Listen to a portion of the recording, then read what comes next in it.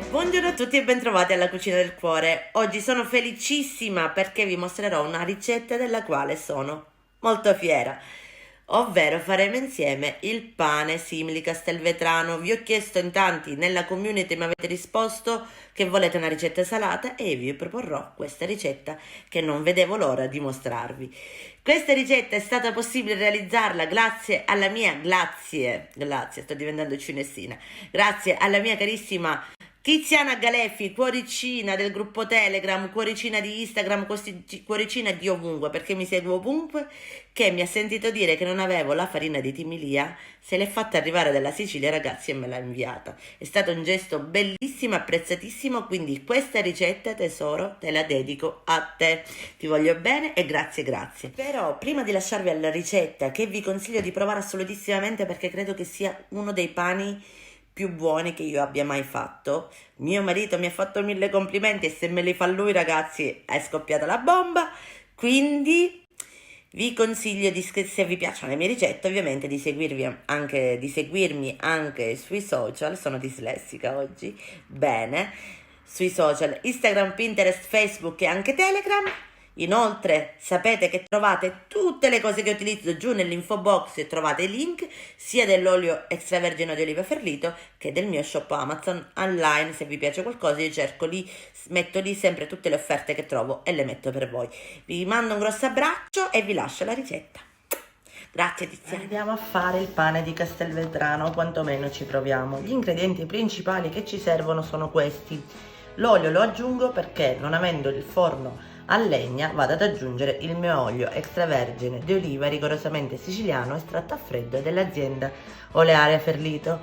Se vi piace potete andare a vedere giù nell'info box, trovate il link e il mio 5% di sconto scrivendo La Cucina del Cuore 5. Quindi partiamo dagli ingredienti. Andremo ad utilizzare 100 g di farina di timilia mandatami dalla carissima Tiziana. Ti mando un grosso abbraccio cara, spero che questa ricetta ti piaccia, e 400 g di farina a russello. La vado a mescolare perché la tumilia non ha abbastanza, ha molte fibre e quindi molta crusca, non riuscirebbe a sostenere, non forma maglia glutinica. 100-120 g di lievito madre, 12 g di sale e acqua, ve lo dirò dopo. Io sto partendo da 400 ml di acqua, ma devo ottenere un punto di pasta morbido e vi faccio vedere dopo. Vado a inserire 400 g di farina russello. Adesso vi dico pure le proteine. Ok, in questa farina abbiamo 11 g di proteine, è della marca Molino di Benedetto. E vado ad aggiungere anche 100 g di timilia o tumminia. Che odore che fa, ragazzi. Vado ad aggiungere il mio lievito, così lo vado a fare a pezzetti e lo metto all'interno. Quindi partiamo da grano duro. Sia la russello che la timilia sono farine che provengono dalla macinazione di grani duri antichi siciliani. Quindi il lievito madre, inizio a mettere il 200 ml di acqua e poi vediamo partiamo da acqua fredda, ok? L'altra la andiamo a incorporare poco alla volta e incominciamo a metterla a velocità minima.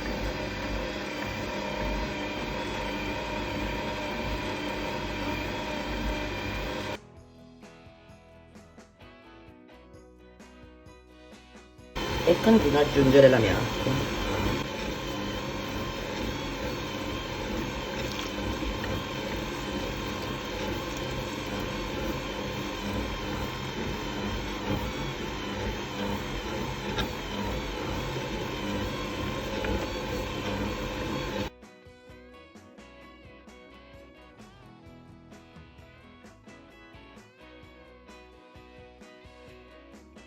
Faccio impastare così, ho lasciato un pochino di acqua, faccio impastare così e poi vediamo come va. Aggiungerò l'olio e il sale.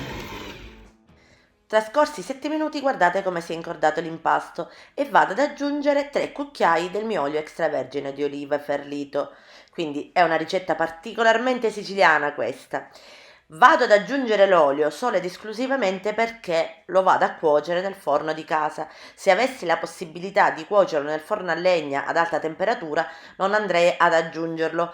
Questo perché l'olio aiuta a dare un colorito più bello al pane o alla pizza. Quando usiamo il forno di casa, ragazzi, aggiungiamo un pochino di zucchero e un pochino di olio, appunto per questo motivo.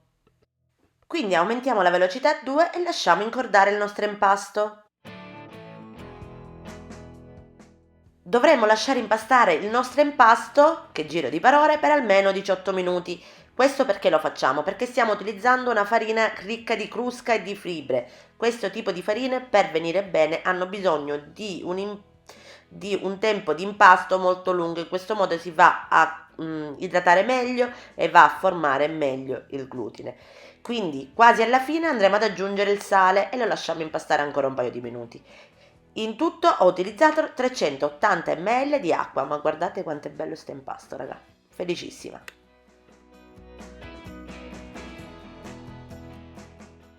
Vado a fare la prova mutande e vado a vedere se la maglia glutinica si è formata e come potete notare si è formata. Quindi vado a mettere un goccino di olio sulla mia spianatoia, vado ad utilizzare olio e non farina perché non voglio assolutissimamente cambiare la consistenza dell'impasto, perché è un impasto, risulterà un impasto con un punto di pasta morbidissimo, quindi quasi appiccicoso, anche se poi questo appiccicoso, dando ancora un paio di pieghe a mano, si andrà a togliere, ok? Quindi utilizzate olio e non farina per aiutarvi, altrimenti cambierete l'impasto. Quindi vi ungete pure le mani e andate a fare qualche pieghina. Ovviamente vi potete aiutare pure con il tarocco così come sto facendo io all'inizio, ma poi vi verrà più facile, quindi andate a ripiegare l'impasto su se stesso e ragazzi, come potete notare è un impasto bellissimo, davvero. Io amo panificare, raga, lo sapete, quando mi riescono queste ricette così mi emoziono. Poi è così profumato che questa farina di timeria va a dare un profumo pazzesco. E niente, raga, spettacolo. Quindi lo copriamo a campana e lo lasciamo così per un'oretta, ok? Quindi andiamo a togliere la nostra ciotola, come avete visto si è rilassato. Vado a cospargere un vassoio con della farina, metto la rossello sempre e vado a dividere il mio impasto in due.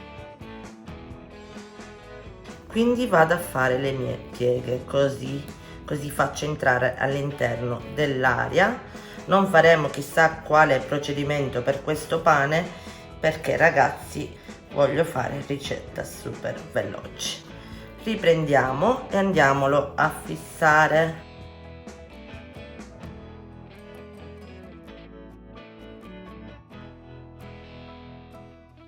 Facendo in questo modo faremo incorporare, come vi ho detto, aria all'interno. Una volta formata la nostra pagnottina, ne faremo due, andiamo ad aiutarci con un po' di farina, andiamo a pirlarlo così in questo modo. Dopodiché lo capovolgiamo su del sesamo che andremo a mettere sulla nostra spianatoia, adesso vi faccio vedere come, e andiamo a chiudere con le mani a cucire la parte di sotto.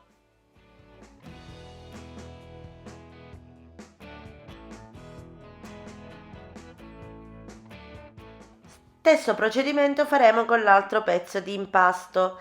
Ovviamente ragazzi potete decidere di fare anche altre forme. A me mi andava di farle così semplici perché calcolavo pure la possibilità che avevo di inserire dentro il mio vassoio.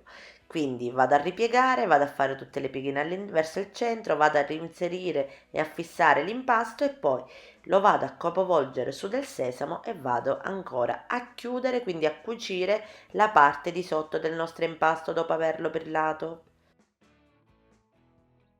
E nello stesso tempo permettiamo all'impasto di andare a raccogliere tutti i semini di sesamo. In questo modo non abbiamo bisogno di nient'altro da mettere sopra l'impasto e i semini si staccheranno più difficilmente. Quindi andiamo a mettere le nostre pagnotte dove le vogliamo fare lievitare. Io li metto in questo contenitore, ma voi potete metterle ovviamente nei cestini, quelle per la lievitazione del pane. Io non ce l'ho e quindi mi adeguo. Ovviamente mettete della farina sotto, un po' di farina sopra e lasciate lievitare così coperti fino al raddoppio, come vi mostrerò tra poco. Mi raccomando, devono lievitare bene. Andiamo a vedere se ha lievitato il nostro pane. Wow, wow, wow, wow. Quindi andiamo a mettere all'interno della nostra placca da forno, ma adesso dobbiamo stare molto attenti, ragazzi, a non farlo rompere. Adesso vi dico una cosa: se lo fate nel cestino di lievitazione, andate a mettere la parte con il sesamo verso il fondo del cestino, così poi prendete il cestino e lo andate a capovolgere direttamente sulla placca da forno.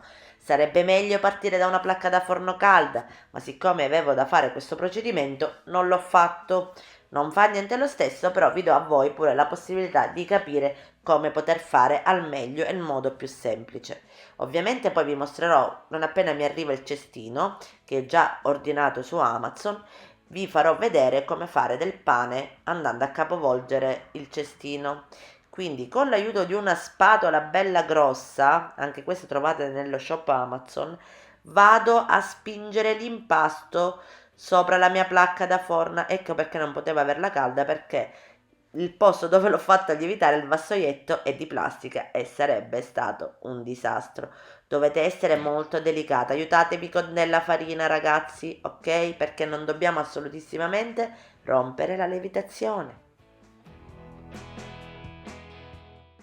E ad essere sincera, mi viene pure da sorridere, ragazzi, adesso che sto editando il video, avrei potuto fare lievitare le mie pagnotte direttamente all'interno della placca da forno.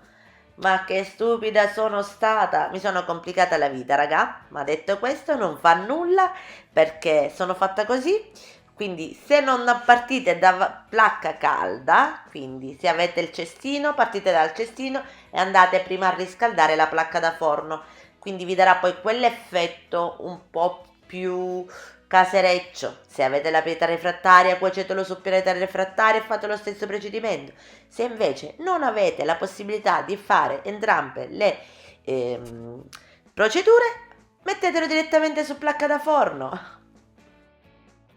Quindi andiamo a praticare dei taglietti nel modo che più preferiamo. Possiamo dare qualsiasi disegno, questo servirà ancora a fare lievitare in altezza e non in larghezza. Dopodiché andiamo a mettere una ciotolina con dell'acqua all'interno del forno e li facciamo cuocere per i primi 20 minuti a 230 gradi forno statico, per riscaldato nel ripiano più basso. Dopodiché lo andremo a abbassare il forno a 200 gradi e lo facciamo cuocere fino a cottura terminata. Da me ci sono voluti all'incirca 50 minuti. Rumore sordo. Rumore sordo. E come avete visto il nostro pane è venuto benissimo fino adesso, ma adesso vi farò vedere la prova assaggio, ovviamente. Come avete notato, vi ho lasciato l'audio originale per capire qual è il rumore che deve fare il pane, quindi deve fare questo rumore sordo quando andate a bussare. Lo facciamo raffreddare su delle gratelle, così che farà che fuori uscirà tutta l'umidità in eccesso. Non tagliatelo subito, mi raccomando, altrimenti la mollica si appiccica. E dopo ci vediamo per il taglio e la prova assaggio.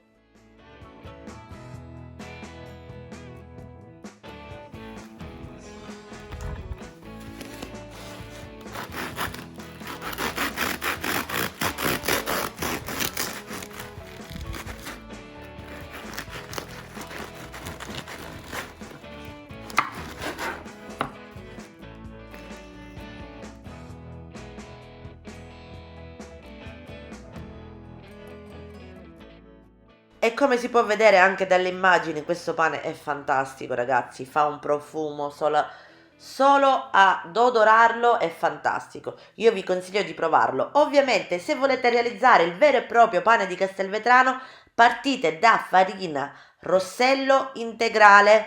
Ovviamente io ho utilizzato quella non integrale però potete utilizzare lo stesso procedimento. Non vi verrà questa alveolatura, ma potete farlo. Io vi ringrazio ancora tutti per aver visto il video fino alla fine, vi abbraccio forte, alla prossima video ricetta dalla cucina del cuore. Ciao!